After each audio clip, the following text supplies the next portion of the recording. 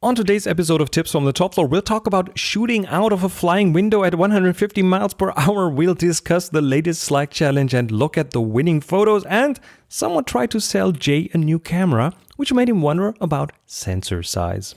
This episode is brought to you by DiscoverTheTopFloor.com. Join us in 2019 on a ship to photograph amazing Arctic fjord landscapes from the sea and the northern lights up in Norway, or come with us in June 2019 on our Silk Road tour to Kyrgyzstan, a photo tour along the old caravan route, home to snow leopards and lynx with its amazing landscapes and horse riders. Or join us in October 2019 for a breathtaking fall colors photo tour to Transylvania, the home of Count Dracula. Find out more at DiscoverTheTopFloor.com. This is Tips from the Top Floor, episode 827 for June the 14th, 2018.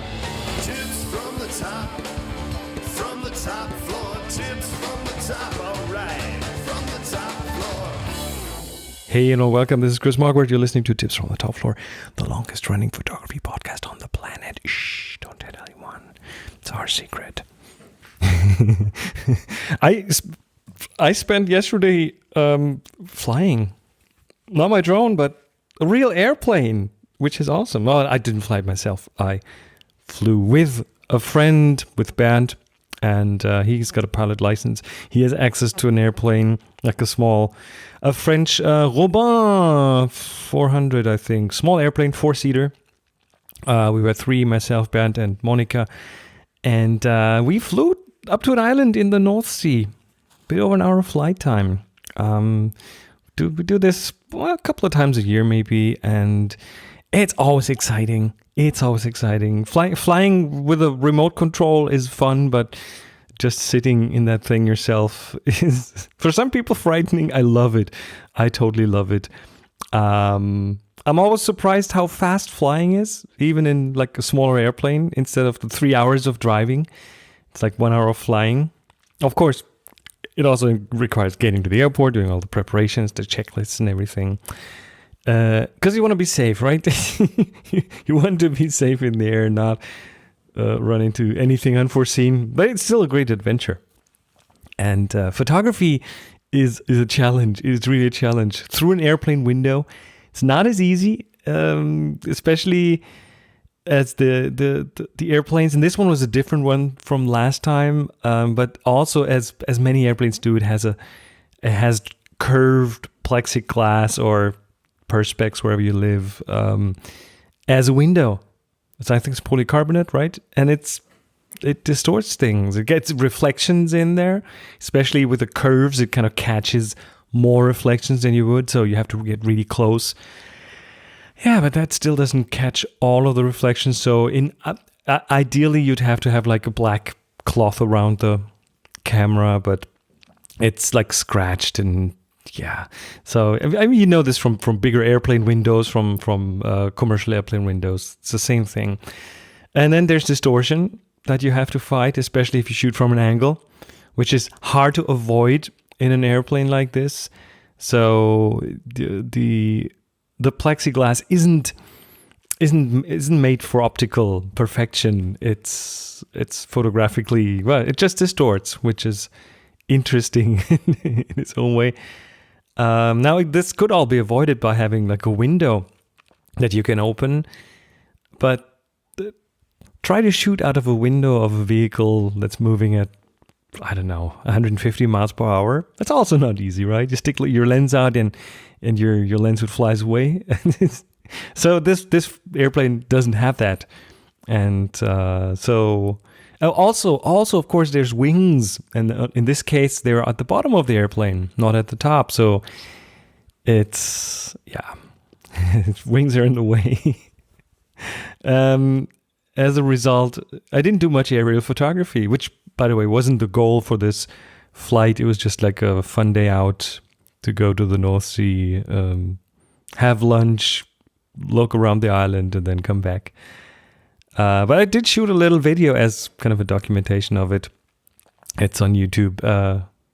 There's a link in the show notes, so check it out. Also, by the way, the band, the pilot, also discussed photography from airplanes with me in one of the previous episodes, in episode 699. So if you wanna listen back to that, it's at tfttf.com/699.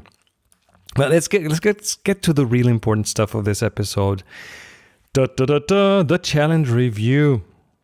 Now, if you're new to this, here's what's going on. Every other month, Matt gives all of us a photo challenge to participate in.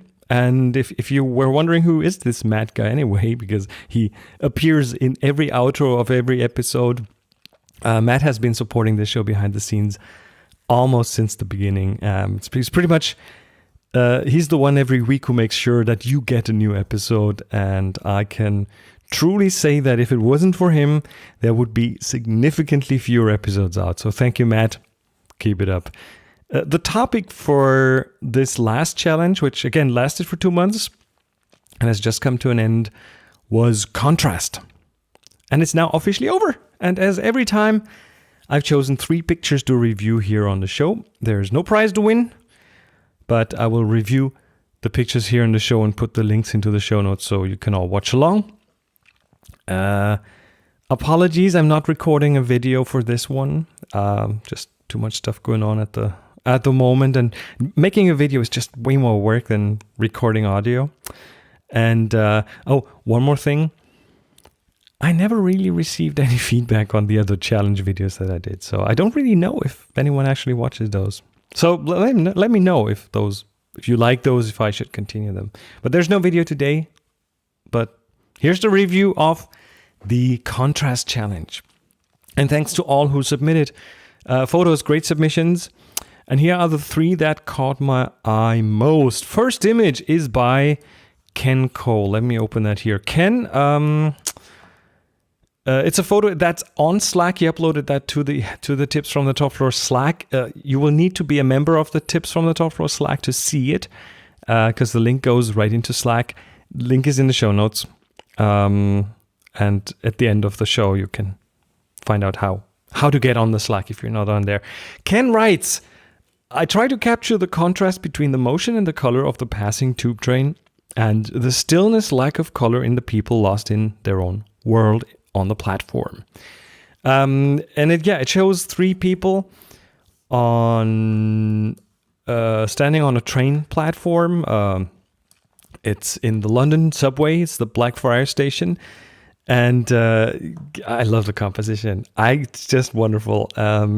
Again, you should be on Slack and watch along because it's just, the photo is great. There are 2 people on the facing platform on the other side and 1 person on this side of the platform right next to the camera. And between them, you see the end of a train that looks like it's leaving, could also be arriving. And it's in motion. It's obviously in motion, a bit of a longer shutter speed there. So that train's motion is very obvious. I think it's probably leaving because it's really strong motion and it doesn't look like it's braking. It looks like it has already accelerated. All the 3 of them are in thought or looking at something. This image works on multiple levels for me. There's several things going on. So the 3 people, first of all, they are looking at 3 different things. There's a woman in the back that she's looking at her smartphone. Another woman in the back is looking at a newspaper. The man in the front looks at I think it's an ebook of some sort. So they're all kind of lost in thought. They all wear dark clothes, almost black, which simplifies that image because they are very similar to each other. And they're also very calm, very quiet. And then as a contrast to that, there's the train, the moving train, the fast-moving train. And it's great contrast. Also color-wise, interesting because Ken, you put mirroring colors in there between like the train and the platform. There's the blue light in the train, and then there's some blue trimming on the train and some blue tiles in the back and blue commercial ad behind that woman in the right. There's this yellow-orange light in the train that's mirrored in an orange strip along the edge of the platform and an orange strip at the top of the sign in the platform in the back. the detail that I also like is that all the three of them are kind of framed. You see the woman on the left being framed in those blue tiles behind her. That other woman being framed in front of that ad on the wall. And the man is framed in the brighter part of the train, which kind of works really well. It gives him good contrast to the background. So there's contrast as well. So Ken, bravo, good job. Next one is by Gabriel Hein, Circling the Drain. And that photo is on SmugMug. And a link to that is, of course, also in the show notes. And it's an interpretation of contrast in multiple ways. So that also has several layers to it. It's at its simplest shape and form, it's a photo of a drain in a concrete floor from almost straight above. And the contrast here, again, the title says it's circling the drain. It's a circular drain, but it's kind of framed in a square enclosure, kind of a square China-like enclosure. And that in itself is, again, kind of encased in other detail in that concrete. So there's a lot of like kind of shapes and geometry going on. And that's the contrast, right? Round versus square, round versus rectangular. But this photo is also in black and white. So that contrast gets its additional level, because a black and white image has nothing but contrasts to convey its meaning, to convey the picture. You have tones of gray from black to white, and that's it. So a black and white picture is a contrast picture. That's all it is. There's no colors, nothing to supplement the photo, nothing to distract from the geometry, from the shapes, from the form. It's all just in the contrast. So, Gabriel, good job as well. And then last but not least, Susanna Garten has a picture that she titled Contrast of Rich and Poor. And that one is on Flickr. And again, the link is in the show notes. And she writes in the description, the growing income gap across the world is particularly visible in developing countries. A woman begs at a traffic light in an Indian city. So that is somewhere in India, and you can kind of tell from the clothing, and it has, again, multiple levels is why I like this photo. It has multiple levels in terms of, first of all, there's contrast in terms of the content, right? You have the poor begging woman outside a car, and a man and a woman sitting in a black expensive car. And the woman in the car looks at the begging woman, and there's this window between them, a barrier of glass between them, and the reflections on the glass almost look like kind of a shield of sorts to keep those rich people safe. Now, that contrast between those two worlds also reflects in the color contrasts, and that's what I like about this. The begging woman wears really colorful clothes, lots of warm tones, red, orange, and yellow, while the people in the car and the car itself are pretty colorless. The car's black. They don't seem to wear colorful clothes that we can see. The man wears a white shirt. The woman we can't see because she's covered by the mirror of the car. So you only see the head. And that's a really interesting observation that I've seen in developing countries during my travels, is that the poorer countries often are the most colorful ones. Lots of colors in clothing and buildings. And that seems to be the case here too. Even though the woman in the car might be wearing something colorful, it's just hard to see in this photo. But in total, it kind of gives you that message of the rich people being really distant and cool in terms of the colors, and the poor woman begging, having the warm colors on. So contrast on multiple levels. I totally love that. So all the three of you, Ken, Gabriel, Susanna, you did an amazing job. Thank you so much for sharing your great photography with all of us. And all others who submitted photos, thank you too. Great stuff. Keep it coming. Now, let's get to the new challenge. Hello everyone, Rapstar the Release Pixie here, and it's time for another TFTTF Slack challenge. The May challenge of contrast is wrapped up. I've locked the Slack channel, and Chris will be looking at those entries, and he'll review a couple on the show. And if he does like he's done in the past, it'll be a video review so you can actually see and follow along. So the next challenge is for July 2018.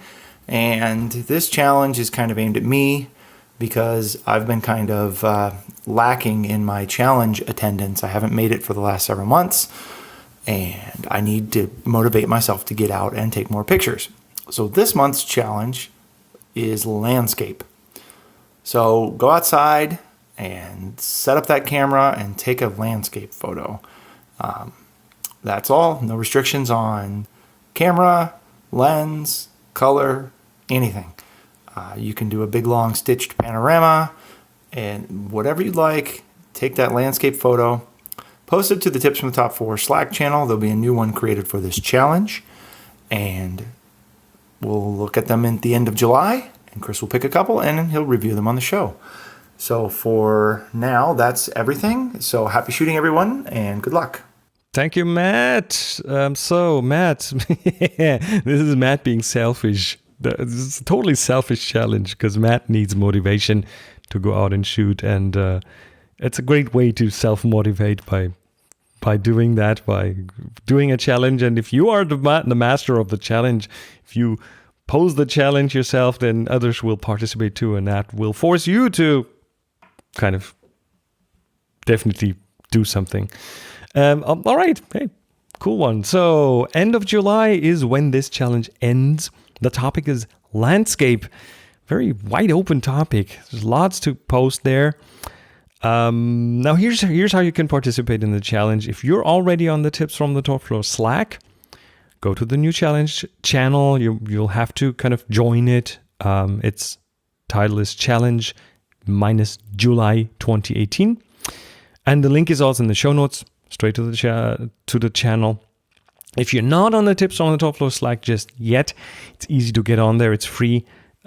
Check out tfttf.com/yslack, WHYSLACK, to get access. And of course, our CIO, Rusty Russ, will be happy to get you on board.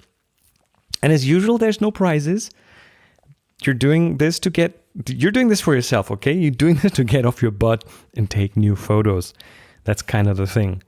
It's a motivational tool. Same as for Matt, a challenge like this is an excellent way to motivate yourself to do some more photography or to do some photography at all. And as usual, don't just pull out an old photo from your Lightroom catalog. That's not what this is all about. Take a new photo, kind of force yourself off the sofa, really go out and shoot. You have until the end of July, and I can't wait to see your photos for the landscape challenge.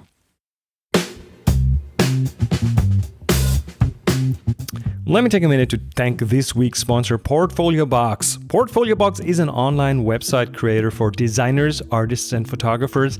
They make it incredibly easy to build a professional photography portfolio just with a few taps or a few clicks. Now, the Portfolio team is based in Stockholm, in Sweden, and their templates are among the cleanest and most well-designed ones I've ever seen.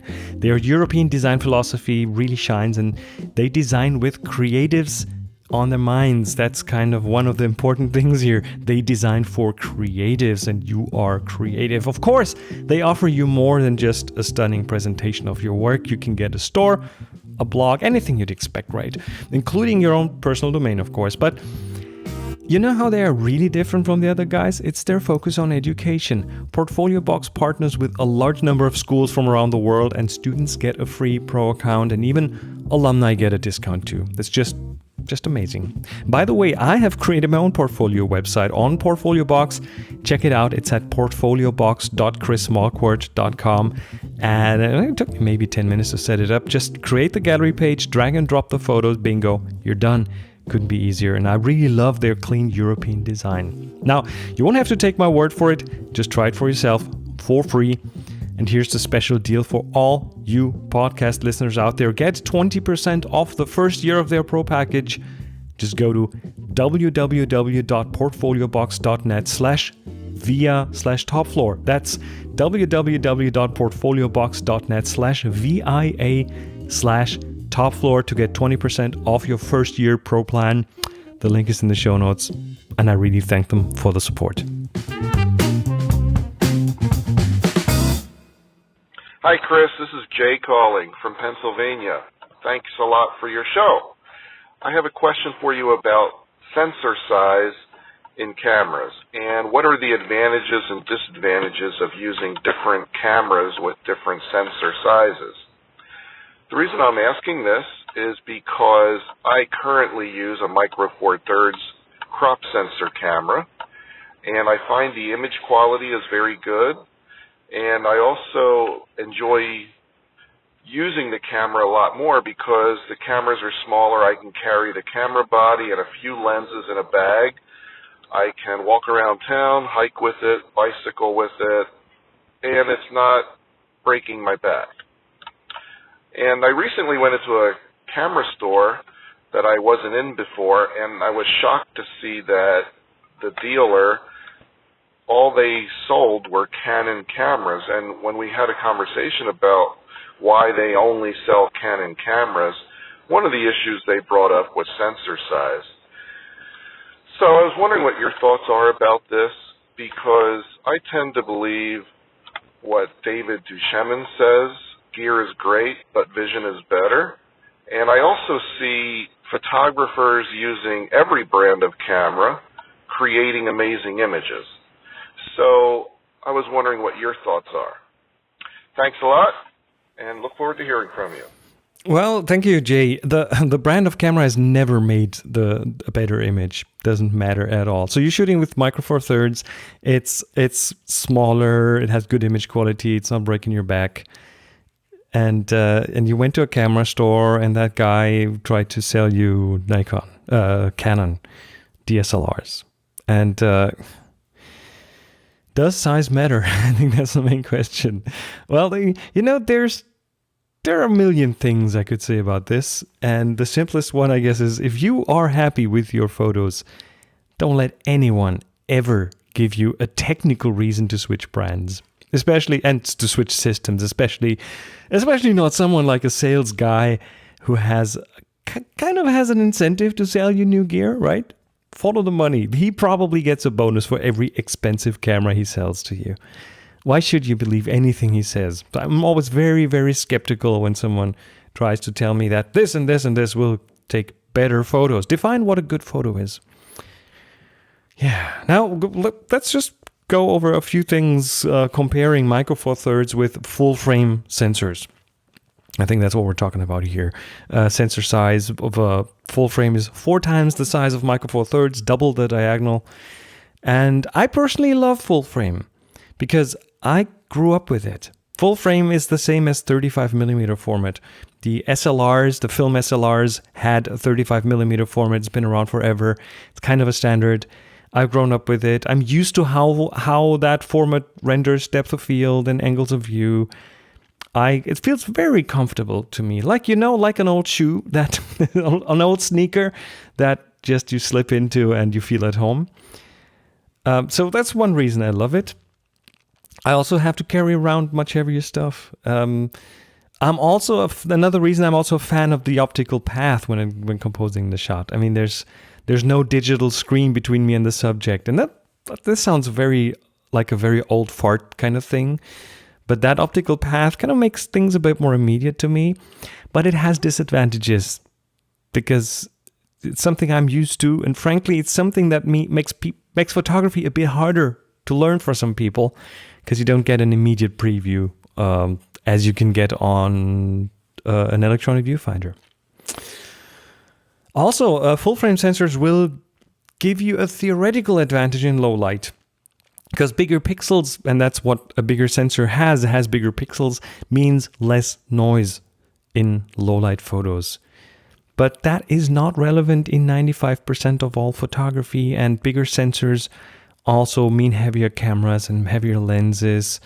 And do you want to carry all that around to make 5% of your photos better? Better in a technical sense, right? It will make your photos technically better, but not better in terms of what really counts in photography. And that's the composition, that's using the light in the right way, that's catching the right moment. And it also will never, ever make your photos better in terms of emotion. And that's what counts, right? So you can capture that with any camera you like, no matter what sensor size or the form factor. So by all means, Jay, stick with your Micro Four Thirds camera if you're happy with it. The camera you like, the camera you know how to operate. That is 1,000 times more important than some small technical edge.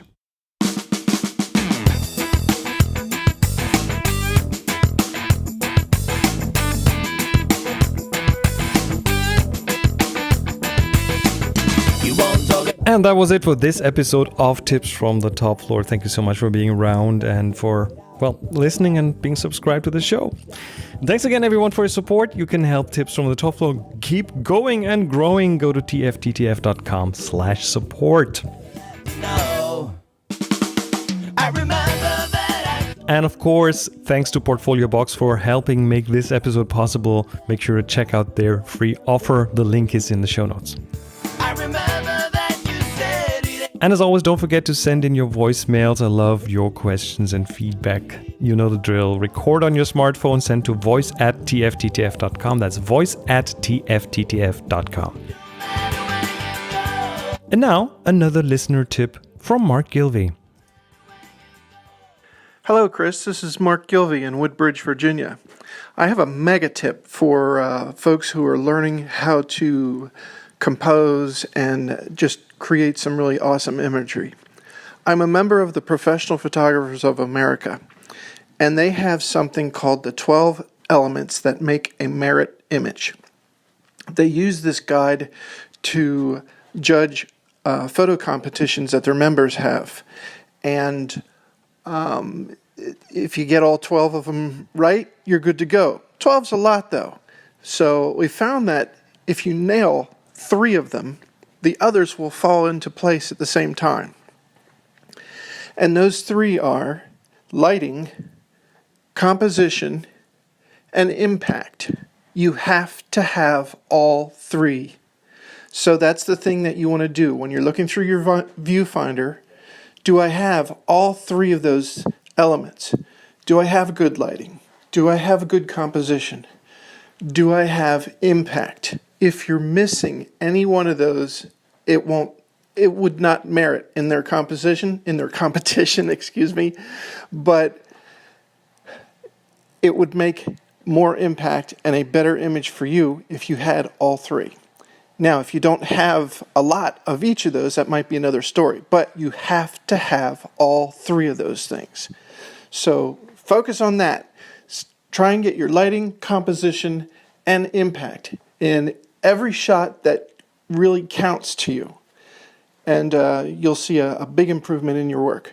Thanks. Thank you, Mark. Music for the show by Jeff Smith, silent partner Hans-Peter Kagrud, publishing and Slack challenges by Release Pixie, Matt Rafsiter Armstead, Slack invitations by Chief Invitation Officer CIO Rusty Russ, and the link to get on the Slack is in the show notes. Remember that you said it ain't as easy. My name is Chris Marquardt. Go out and take amazing photos, be nice to each other, and happy shooting.